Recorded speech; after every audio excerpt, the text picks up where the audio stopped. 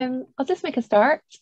Good afternoon, everybody, and welcome to this session where we'll talk about disability hate crime, how to recognise it and how to report it. My name is Emma Scott and I'm the Operations Manager here at Disability Equality Scotland. And I'm joined today by my colleagues Fia, James, Ian and Ali, who will be helping to facilitate today's session. Can I just check before we start, you can all hear me okay? If you can either give me a little thumbs up or a wave, just to make sure everybody's good stuff, great. So as you can see, we are in a meeting format today, and that means that you have the choice to have your camera on or off, as well as your microphone. Can I just remind everyone, please, to stay on mute unless you are invited to speak. That helps to cut down on any background noise and any distractions. Now you can also choose to have your camera on or off, but can I ask that if you are speaking, please do have your camera on, as this helps us in terms of inclusive communication, particularly so when we move into smaller groups for discussion later on, as it makes it much easier to interact if we can see your face. What would also help is that the name on display on your screen is the name that you registered under, just so that we can identify you, and real names would also be helpful. So you can ask questions throughout today's session. Please just type your question into the chat box in the bottom control panel. And as time allows, we'll get through as many questions as we can during today's session. And we also have some communication support with us today. We have BSL provided by Stephen and Peter. And we also have closed captions available, which you can access via the closed captions button at the bottom of your screen. Just a reminder also that, as usual, we will be recording today's session and we'll share the link with those who can't make it afterwards. So if you don't want to be on camera, then please just keep your camera off. Any questions, any difficulties at all, any technical issues, let Ali know in the chat and he'll do his best to help you out. So let's get started on today's topic. We are joined today by Inspector Michelle Ritchie and Constable Ewan Smith from Police Scotland, and we'll hear from them in just a moment. But first, I really just wanted to set the scene for today's discussion. So this is National Hate Crime Awareness Week. It runs from the 9th till the 16th of October. And it's really an opportunity to raise awareness of what hate crime is and to support those affected by it. So National Hate Crime Awareness Week encourages us to consider how we can respond to hate crime when we either witness it or are victims of it. So here at Disability Equality Scotland, we've been working on the topic of hate crime for some time, and we've recently launched a National Hate Crime Charter for public transport.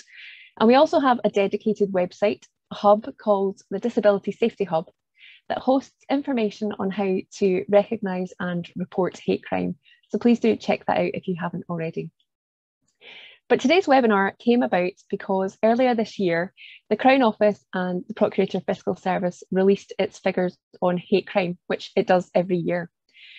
And the figures for this year showed that disability aggravated crimes had increased by 14% to a total of 448 reports. Now, last year, there had been a 29% increase in hate crime reporting. But essentially, since this legislation came in 2010, every year we've seen an increase in hate crime reporting. So we were really interested to hear from our members on this, and we polled by asking a question: would you be confident to report an incident of disability hate crime? Now, the response we had back was very mixed, and we had an almost even split, with 48% saying yes, they would feel confident, and 52% saying no. So that was really useful feedback and something that we really wanted to explore in a bit more detail today with the help of Police Scotland. So to kick off, I'm going to hand over to Inspector Michelle Ritchie, who'll tell us a little bit more about what hate crime is and how to report it. Emma, thank you. Can everyone hear me? Yeah, nods. Can you hear me okay? Yeah, thank you. Yes, Inspector Michelle Ritchie, and that is my real name, just for in case of any doubt. And I'm joined by my colleague Ewan Smith, who is also part of the team that we work together in, which is the Equality and Diversity Department, part of the wider Safer Communities team within Police Scotland. what we deal with is day-to-day hate crime across Scotland and have a good look and feel of what that looks like. And the changing face of that, which Emma quite rightly has raised, was quite changeable during the start of the pandemic and since. But I'm hoping that I'll be able to go through with my input as we go along. So are you able to bring up the slide for me, Emma? That's great. We'll start with the next one because you now know who I am.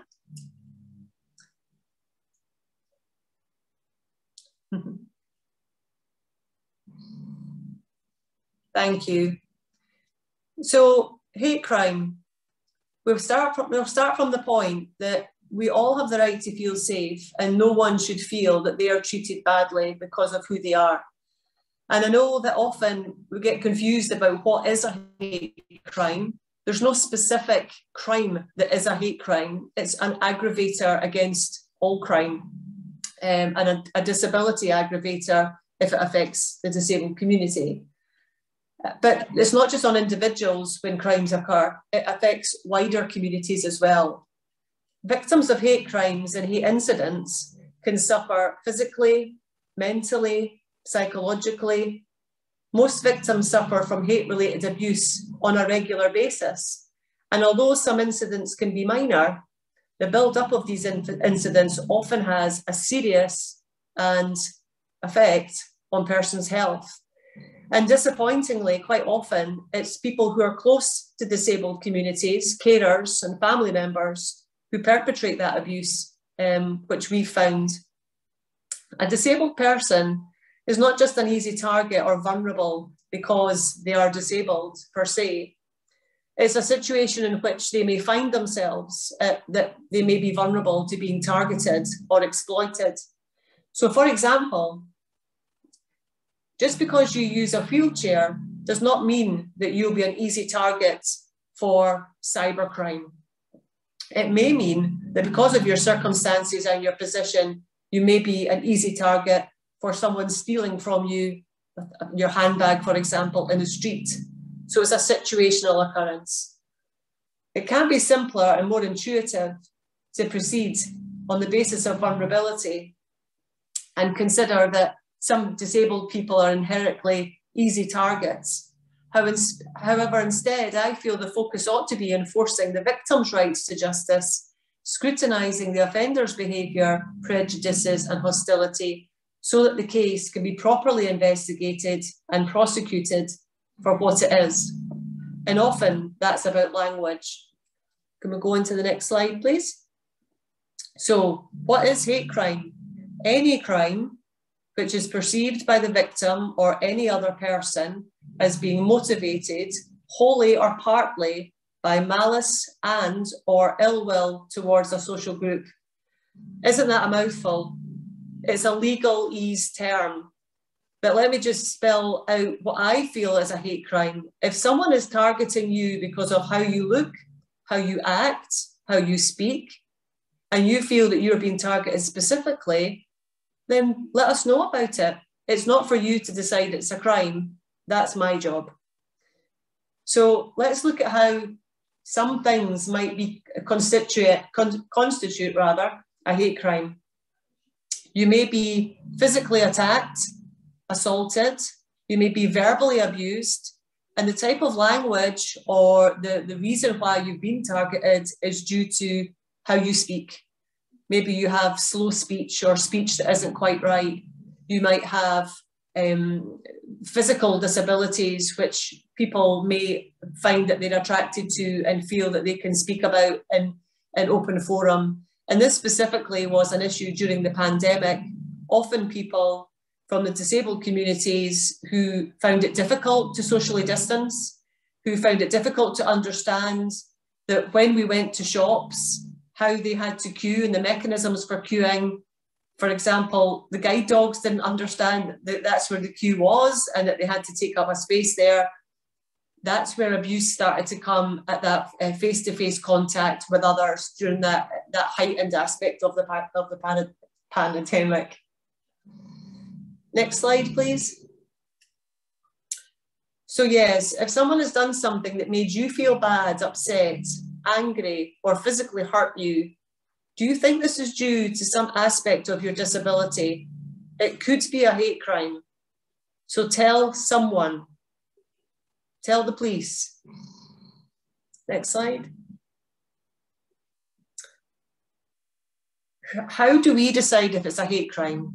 First and foremost, is there a crime? If it's an assault, has there been a physical attack that's been intended to cause harm? You know, these are the legal definitions of what crimes are. Who thinks it's a hate crime? Now, whether that's you as a victim, whether that's you as a witness because you've seen something, whether that's you as a parent because something's happened to your son or daughter, whether that's you as an individual in a street that's seen something that doesn't look right and you've not agreed with it, it's happened to a stranger.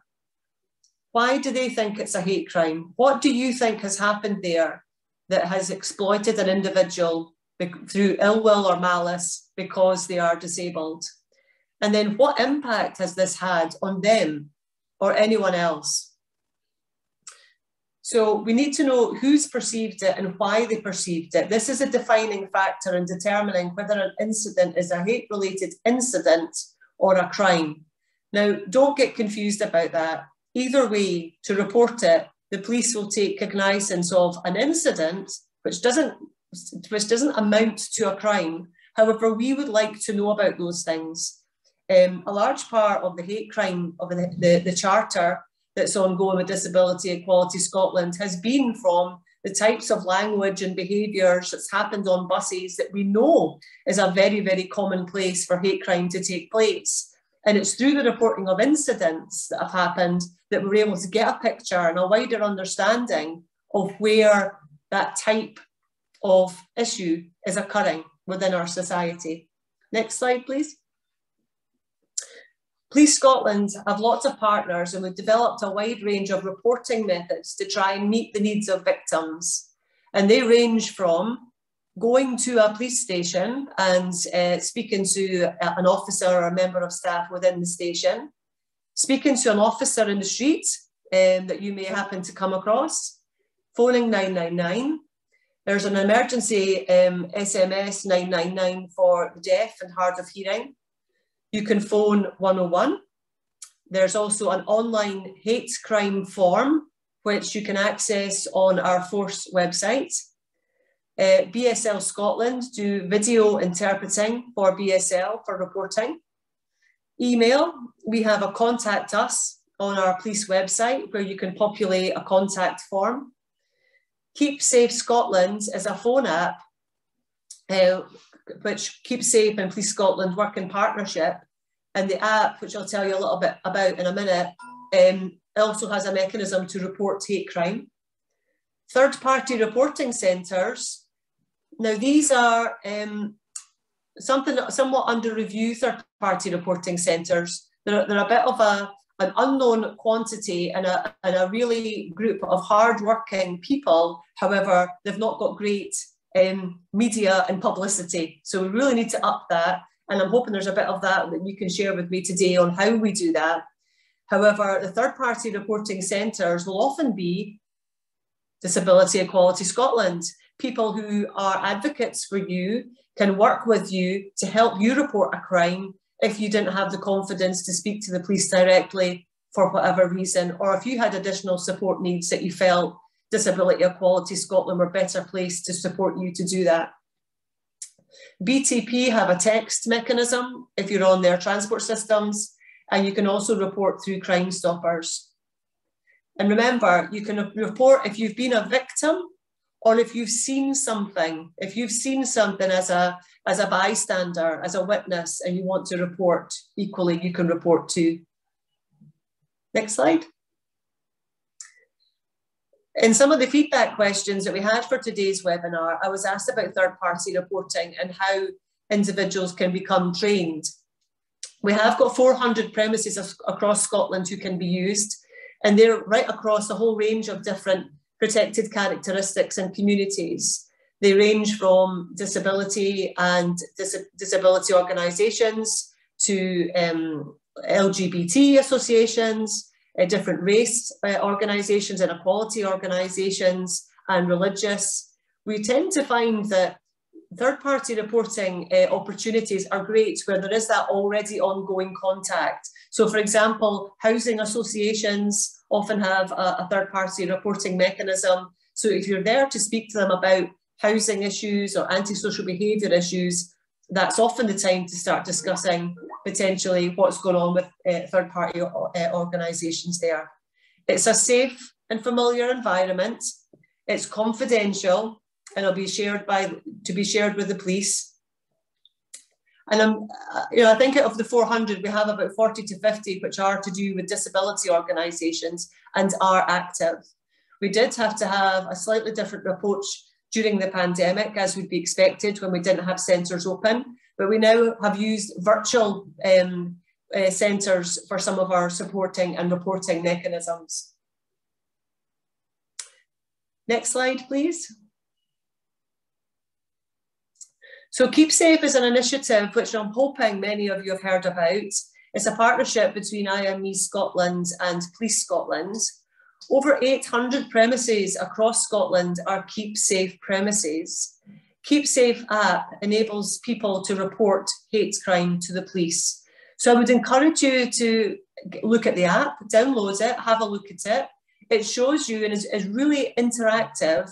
Wherever you are in a part of the country, it'll show you and guide you to your nearest Keep Safe premise. And the whole range of premises for that, including libraries and coffee shops, local businesses who all join up to be part of the initiative, to be a safe place for people to go. And you don't have to be disabled to use it. Quite often, other more vulnerable people or other vulnerable people are using them as safe places to navigate about when they're going about on a journey externally. And the app also has a quick link into the online form for Police Scotland that if you wanted to report, that's an avenue into us. Next slide, please. So currently, what are Police Scotland doing? Campaigns, training, some joint initiatives, and I'm hoping you're going to tell me at the end how we can always improve our services and what we're doing. In March last year, we ran a hate crime campaign for 4 weeks. The focus was on disability hate crime, and the aim was to increase reporting and awareness of disability hate crime. It was highly supported by disability partners and assessed that it did increase reporting during that time. Equally, and as I've already highlighted, we had increased disability hate crime reporting during the pandemic.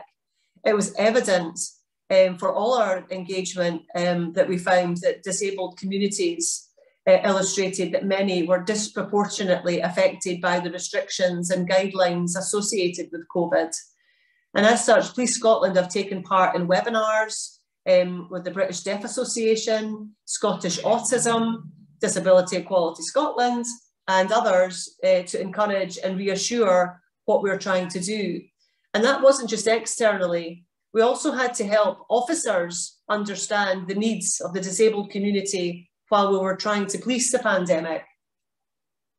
So the 4 E's approach, which was very much the Police Scotland approach around and about how we would deal with people who were interpreting the legislation. The 4 E's were to engage, to explain the legislation, to encourage them to take part and understand what the legislation meant, and only as a last resort was that enforcement piece.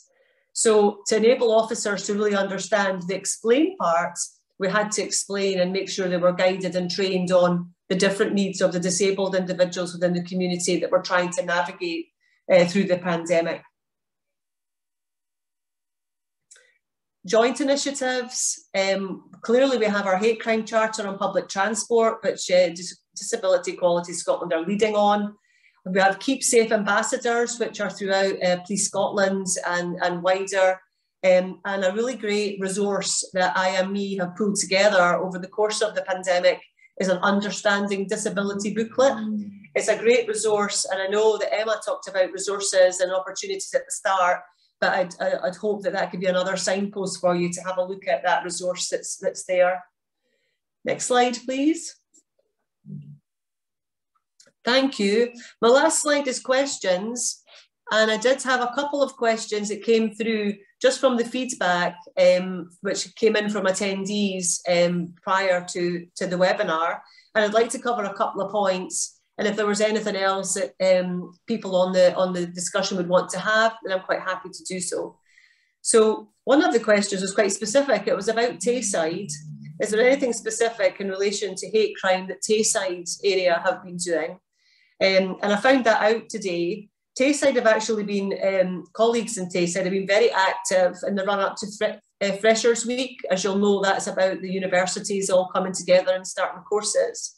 So Dundee University, Perth College, Abertay University, Angus College have all had bespoke training on hate crime from Police Scotland colleagues in Dundee. And they've also been given a bit of the bystander awareness on how to help out if you see something that isn't right, and how to report it within those education establishments. One of the other questions that we got asked was, if you aren't happy with how you were treated when you've reported a crime, what should you do? Now, you have absolutely the right to complain about the service you are provided with by Police Scotland. We are always trying to improve that service. And as part of the complaints process, that's an opportunity for us to have a look and see how our processes can be improved. So I'm happy to share with Emma information on how you could report to the police your complaints processes if you were to be dissatisfied around and about how you've been treated or how you think your crime's been investigated. And then just lastly, another one that we had was from the questions, do I have the right to ask a person without an obvious disability to vacate a space for a wheelchair user? Now that's to do with a bus, and it really does fall under the hate crime charter and the work that's going on there. And I really think that the work that's going on there is around and about training for drivers and users of the buses. And I'd like to hope that drivers would be alert to making sure that they knew how to support users on the buses. But again, you know, these are difficult things to navigate. Not everyone who has a disability is overtly obvious that they're disabled, and it can often be about that interpretation. Emma, I don't know how you want to facilitate any questions. And yeah, Ewan, thanks, Michelle. Sorry, thank you. I'm just going to see if Ewan wanted anything to come in with at the end there. We've got a couple of questions, if that's okay. Mm-hmm. I suppose one of them, a couple of questions that have come in under the same topic, which is really kind of acknowledging that Police Scotland resources are very stretched.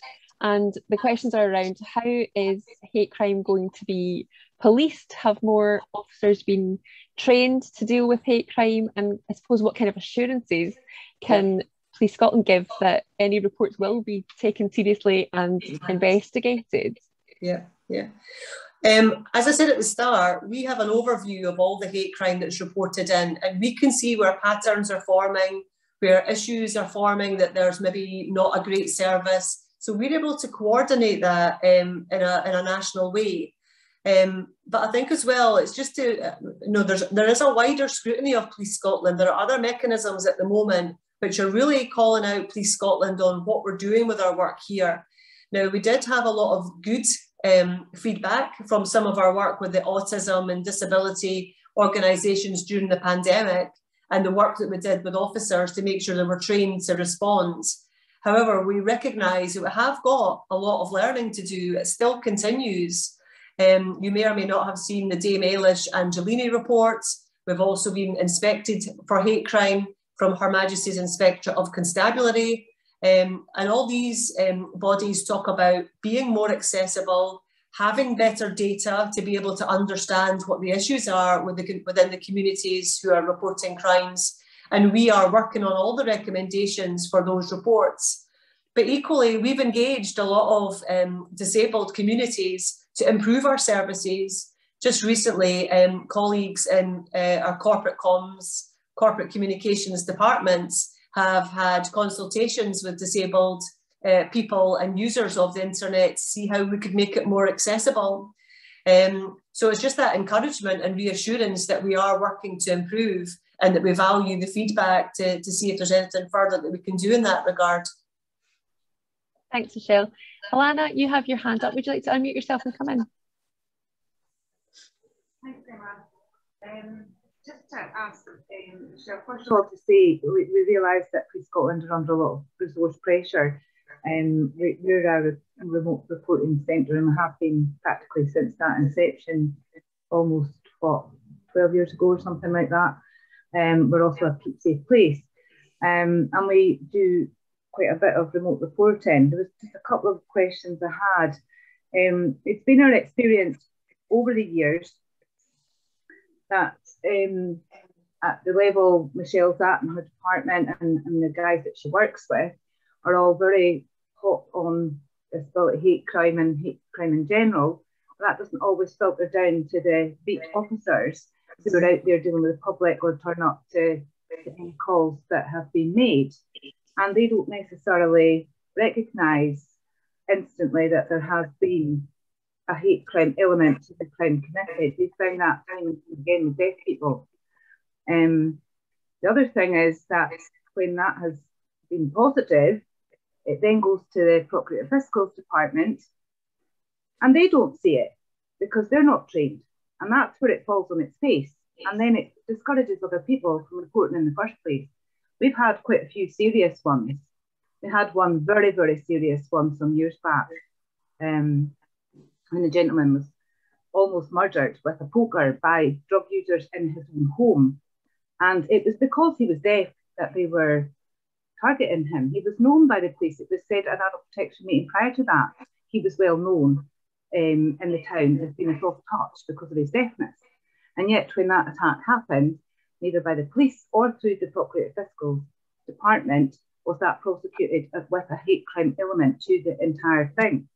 Which then discouraged other people. It's a small community and the word gets round. So if one person is knocked with something as serious as that, why are they going to bother if somebody's just targeting them in the street and calling them deaf and dumb, for example? So all of those things are concerning. And I just wondered if you had any update on that.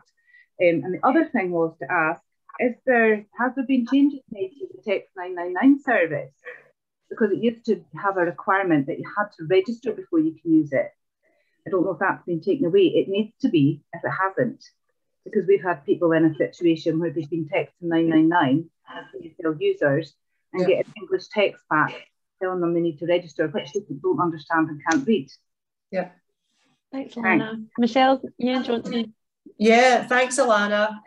I agree with you. It's really disappointing, the story that you relayed there. I'm not sure how recent that was, but yeah, it is disappointing. We do a lot of training in our own department to make sure we have advocates and a more in-depth understanding of the impact of hate crime within the response officers within our communities. We have over 500 officers who are trained as hate crime champions. Now, what that means is they've got additional training. They've got additional training to understand the impact and pick up on exactly the type of thing that you're explaining under how a crime can be understood, of the impact on an individual and the impact, as you've quite rightly recognised, on the wider community.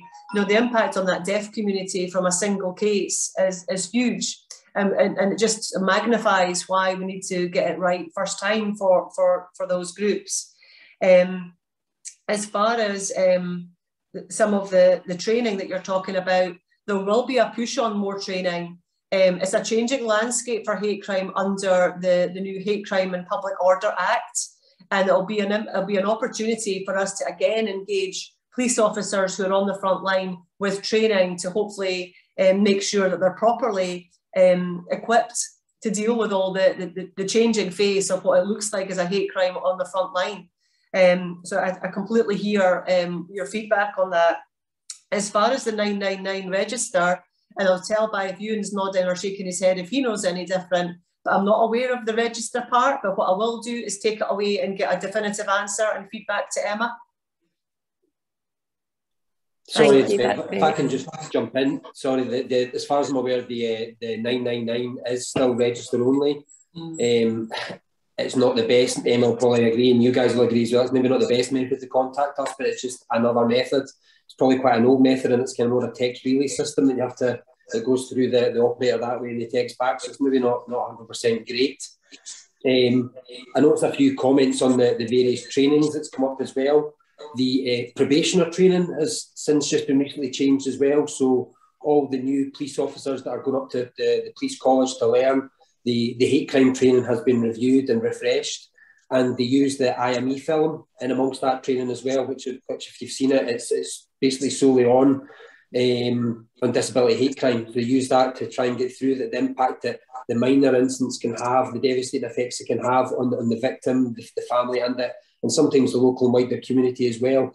Amongst that as well, other training that's been refreshed for probationers is the equality and diversity training as well, which also, and it talks a lot more about disability in amongst that training as well. So it's just trying to give the awareness.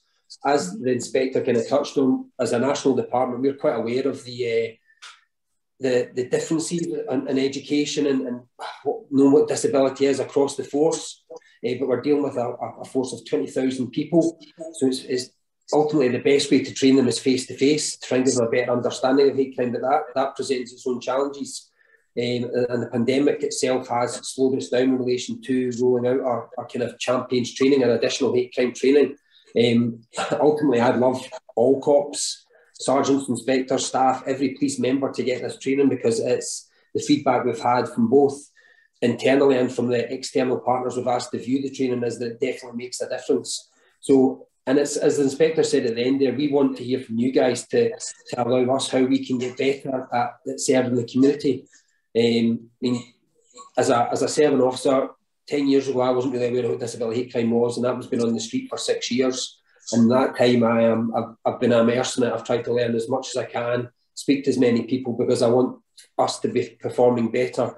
And reading the reports that came in relation to the questions that the DS put out, I was heartbroken and frustrated, because I've invested a lot of time and effort to try and make things better, and we're failing. So we want to hear how we can get better as we move forward. Great, that's a lovely little segue. Thank you, Ewan. That takes us very nicely into some discussion groups. Billy, I can see you have your hand up. If you wouldn't mind holding on to that question for now, and we'll maybe come back to you later on if we get the chance. But we're about to break out into some small discussion groups to make sure everybody gets a chance to tell their own story and to give their feedback. So each group will have a facilitator who has some key questions to ask you today. We have about 30 minutes set aside for discussion, and then there'll be time for a very short comfort break before we all come back together to hear what we've been talking about. So you will be asked just to join a small discussion group any minute now, and we will see you again shortly.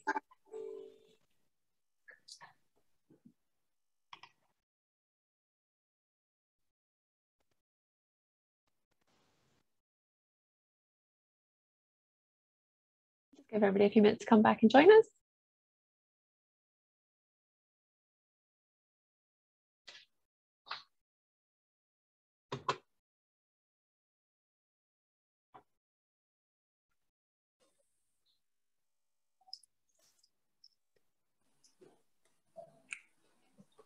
Great, welcome back everybody. I hope you had the chance for some discussion in your groups. What we'll do just now is just hear from the facilitators who are going to just summarise the discussion, and then we'll have a chance at the end for Ewan and Michelle to answer any other burning questions that you have on the topic of hate crime. So if it's okay, Ian, can I come to you first? Do you want to just summarise your discussion, if that's all right? Yeah, absolutely. Hi everyone.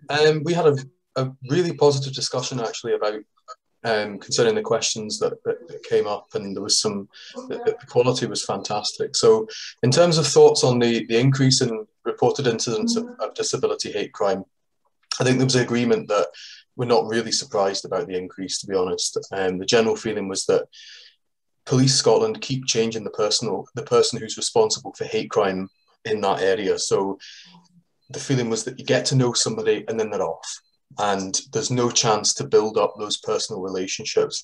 And I know that's something that we've experienced with Stephanie Rose particularly as well. We built up the relationship and then she's moved.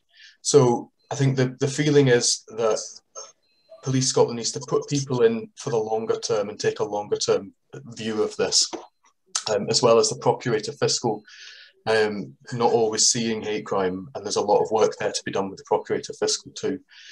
In terms of whether we've got a general sense about whether hate crime is a concern, I think the feeling was that the police are bothered about it and that they do take it seriously, but they're not taking it as seriously as other protected characteristics, such as race, for example. There's also, I think, a barrier issue here to do with the police, possibly with disabled people as well, and about fearing approaching the police. And I don't think recent national events has helped this particularly in any sense. Concerning third-party reporting centres, the general feeling was that they are a good thing, but they're definitely underutilised, the feeling was that when there were regional constabularies, there was a person responsible for third-party hate crime reporting centres, but since the merger, since Police Scotland came into being, they seem to have been forgotten about, put on the back burner. There's been no new materials released, and the materials that are there sort of faded into the background and become part of the wallpaper almost. And just to finish, does a charter provide any confidence for disabled people? Yes, but it has to go further than a charter. Personal relationships are key here. And whilst charters help raise awareness, organisations need to do more than just sign their name to a charter. And in terms of what one thing would increase confidence in reporting disability hate crime would be prosecutions and seeing it treated the same as other protected characteristics under the Equality Act. Brilliant, thank you, Ian. That's great. Michelle, Ewan, I'll let you have the opportunity to come back and respond to some of this in just a moment. But James, can we hear from your group? That's okay. Yeah, not a problem. And thanks to everyone in my group for sharing their views. Yeah, so we looked at people sharing their experiences directly of the disability hate crime that they had faced, and also the challenges with being taken seriously when reporting that to Police Scotland. And that sort of linked to our discussion around the reporting of disability hate crime and reflecting on the stats from the past, around 97% of disability hate crime going unreported. So there is a perception, again, that disabled people are not being taken seriously, which is resulting in disabled people not actually going ahead and reporting the hate crime in the first place. And yeah, we also discussed in terms of how to actually combat this, that's where training is very important. And that's training for disability awareness, also more specifically around disability hate crime training as well, for officers, so that they can provide greater assistance. And yeah, and then also mentioned if it does go to court, we discussed the various measures that could help someone to take it to this stage, including ensuring various accessibility measures are in place, such as offering a video link or appropriate communication support, such as BSL.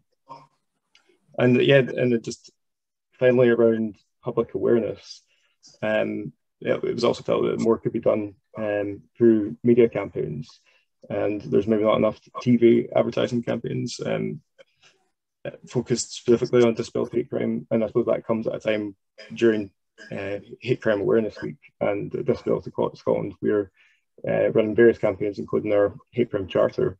But yeah, I think it's just getting the message out there across various different channels, so that it's maybe not specifically an online campaign, for example. It's trying to get the message out there to as many people as possible.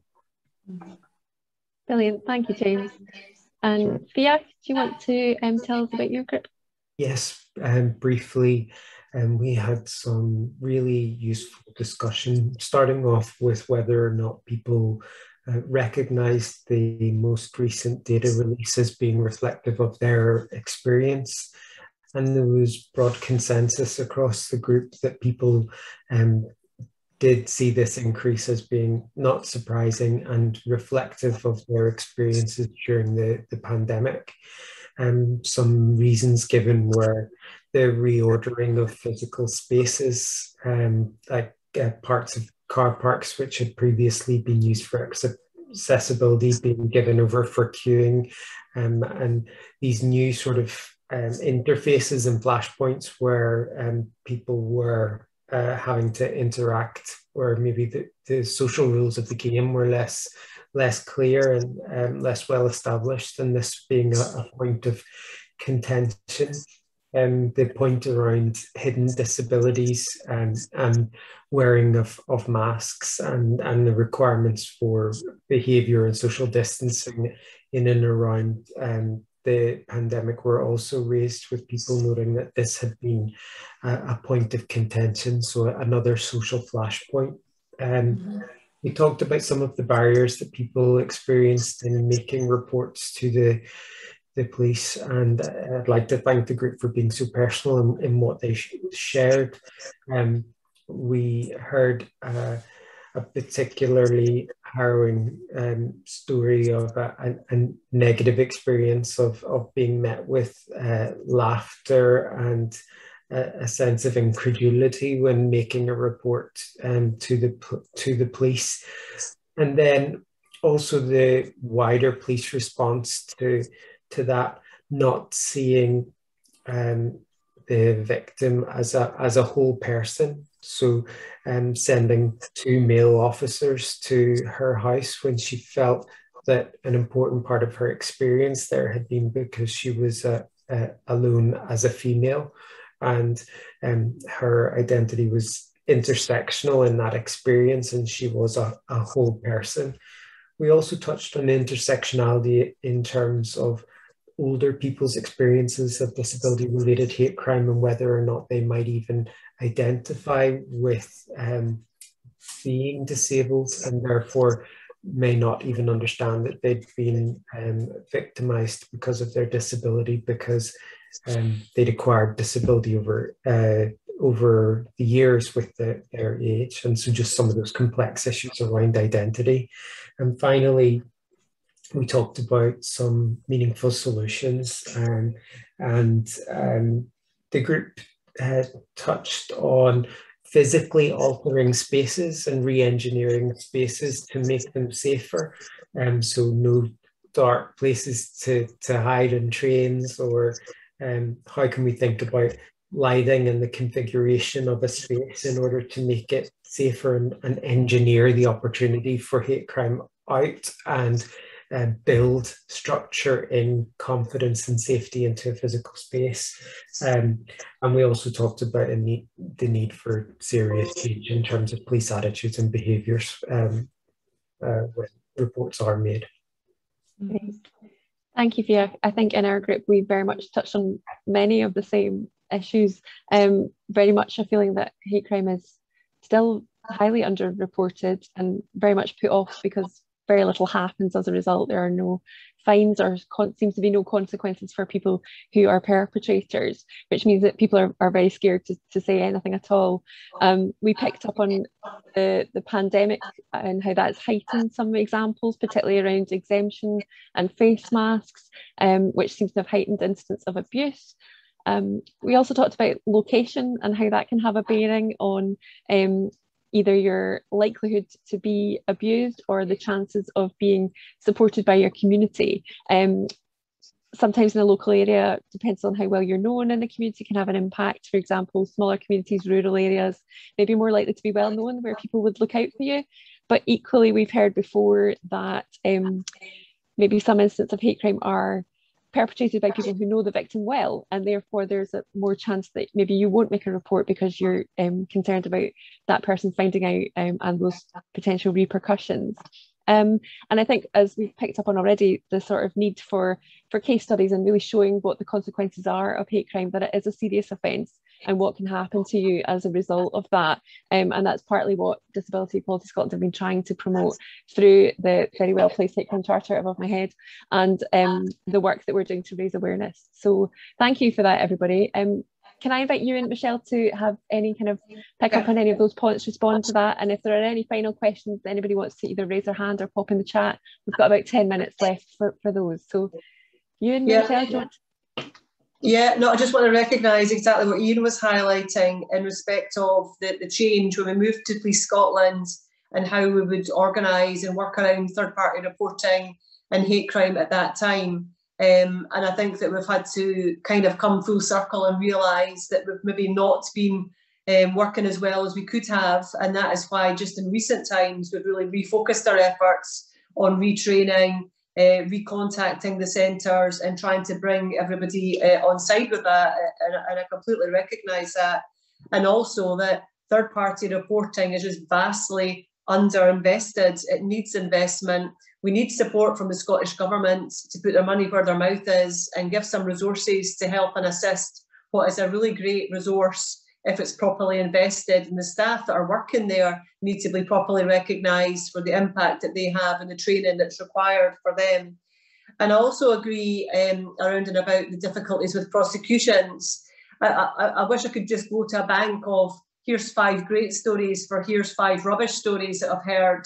And sometimes we're not always great at being able to access those good news stories, and maybe we should maybe circulate some of those more often and frequently, just to say, look, here's a story where something's gone well for someone and justice has happened. So we should probably be more open and transparent about sharing some of those stories. And equally, you know, I've given inputs to victim support. They're really attuned to helping with victims across all the characteristic groups who are engaged in that court process. And maybe there's a little bit more that we can do around that, just to make sure that victim support are well versed in the needs of disabled victims and their expectations while they're part of that court process. Anything else, Ewan, that you wanted to cover? No, not really. I think it's more just the ones I've got is the kind of fear of approaching the police and round about our response, attitudes, behaviours. It's just what we can do to make us more approachable. I know certainly when I stick on my uniform, I maybe necessarily don't look the most approachable. Big, white, Western Scotland, ageing male. But sometimes don't judge a book by its cover. I certainly try my best to learn from every experience, and I know almost all the cops I've spoke to, trained, etc., are the exact same. Yes, we're a massive organisation, and yes, hand up, we're not all good at our jobs. It's the same everywhere. I totally get that. And the ones, and it's as the inspector said earlier on, if you have a bad experience, please let us know about it so we can maybe deal with it appropriately. It might just be something as simple as offering retraining or just giving awareness to our staff. But if we don't know about it, we can't fix it. But likewise, if you can help us, how do we become better at engaging and speaking to you guys, to everybody, because we serve everybody within the public, and we want to be an open, friendly, transparent organisation. So I kind of put that back to you. If you're saying fearful, can we get better? The other things that's out with my gift, I could talk about other bits, but the inspector would probably kill me off air. There's challenges around having a big organisation, and that comes with the decisions that are made in relation to roles and changing, etc. as well. But no, we want to work together with not just organisations, but individuals that are sitting around about their computers and around about the table to make things better going forward. Mm-hmm. Thanks, Ian. Jim, I see you've got your hand up. Do you want to come in with a question? It's not so much a question, it's more of a comment. And it was something that was made, I can't recall if it was in the main group or in the breakout group. You know, a person being referred to as a paedophile. Okay, so as a decade or more ago, that an idiot made that disgusting, humiliating word towards myself. And given, although I've been in the community for a long time, as a community, sometimes it's worse than EastEnders, you know, because people talk. So at that point in time, I went down to the local police station, and reported it. But the guy, the desk sergeant, took nothing to do with it. What do you want me to do? You know, I know things have changed now. Attitudes have changed within the police, and legislation is in place and so on and so forth. But these things, as somebody has mentioned earlier, these comments, that particular comment or other comments do get made. And I suppose it's like describing a person of colour with a racial slur. You know, so it's just a comment, more, I'd say more. Thanks, Jim. I think that probably comes back to what we were talking about before in terms of making sure, and how do we ensure that Police Scotland, the individuals involved have got the training to be able to deal with that. Michelle, Ewan, is there anything you want to pick up on at this point? Certainly within the training we do, we talk about that word, talk about the word paedophile a lot, and why and where it's used, and sometimes why it's used. I mean, it just comes down to people trying to put people in a social status, and for most people, paedophile's right at the bottom, and that's why they use it. And they use it to describe or to abuse people of all different characteristics. Disability being one of the main ones. Disability, trans, and sexual orientation are kind of the three where it's used an awful lot. When we give our training, we try and tell kids it's not like this time the use of this word has got nothing to do with being a sex offender. It's used in abuse towards possibly a characteristic or perceived characteristic. So we try and make officers aware. Yes, they won't all be aware because everyone comes from different backgrounds, but certainly it's something that we do highlight in all the training we deliver, and it's highlighted in the training to all the new officers within there. Hate crime stuff at Tully Allen and equality and diversity stuff, and they get that when they start now as well. So trying our best to move forward and make, but language is a very, very, very difficult one because words and meanings change all the time, and words that some people have never heard of pop up, words that have been disappeared pop up again, and people reclaim them. So language is a very, very difficult one to try and keep ahead of and keep on top of.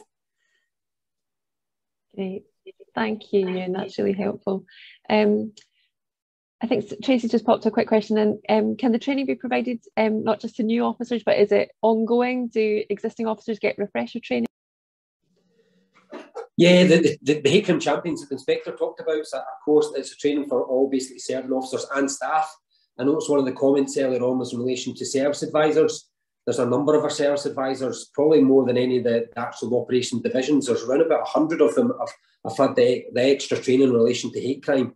They were very, very keen because they're obviously the people who are dealing with most of the initial complaints. They're that first voice that are the first kind of link that people have with the police, and we want that to be the best because that's going to set the tone for the rest of their engagement with us, the rest of the service they get for us. So the training's offered to all members of staff, up to 20,000 or so that are in all ranks. As I say, the pandemic, which I know we're using it as a blame, but it's kind of slowed things down in relation to that. And it is on the plans to revisit and move forward in relation to going across the country again to almost, well, if I had my way, I'd be training everybody constantly. But again, Inspector will say that shit, I know you're not doing that just now. But yeah, no, it's something that we essentially need, but it's just trying to fit it in and try and get that message out to as many people as we can. Fantastic. And just one final comment I want to make that's come up in the chat for both Andy and Alana, which is around the 4 E's that you mentioned earlier on, Michelle, about enforcement being the kind of final E, but perhaps maybe it should be one of the first ones, the first action, as it would be if it was perhaps a race or religious hate crime. Is there anything you want to quickly say about that? Still on mute, Michelle, sorry.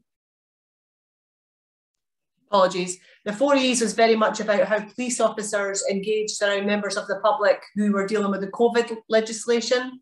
So it was very much to deal with the COVID legislation and enforcement of the legislation there being that final part. But as far as how we would deal with disability hate crime as opposed to all the other characteristics, we would deal with them equally. There would be no hierarchy within that. Thank you. That's fantastic. Thank you, everybody, for your time and your contributions today. As usual, an hour and a half flies by before we have the chance to get through as much as we'd like. But we will take all of your feedback and your discussion points and produce a short summary report. We also will have a copy of the chat and all of the questions that you've come through. So we'll put these to Michelle and Ewan separately, and we can come back into our short summary report that we'll share with you all. Also, just quickly after the event, you will get a very short summary feedback survey. Please do give us your feedback. It helps us to plan for future events. But all that's left for me to say is to say thank you very much to Michelle and Ewan for their contributions today, to our support, the BSL, and also our comms team in the background, and to all of you for sharing your thoughts and your experiences today. So thank you very much, and we hope to see you again at another webinar very soon. Thanks, everyone. Bye. Thank you. Thanks, Emma. Bye-bye. Thanks, everyone. Bye.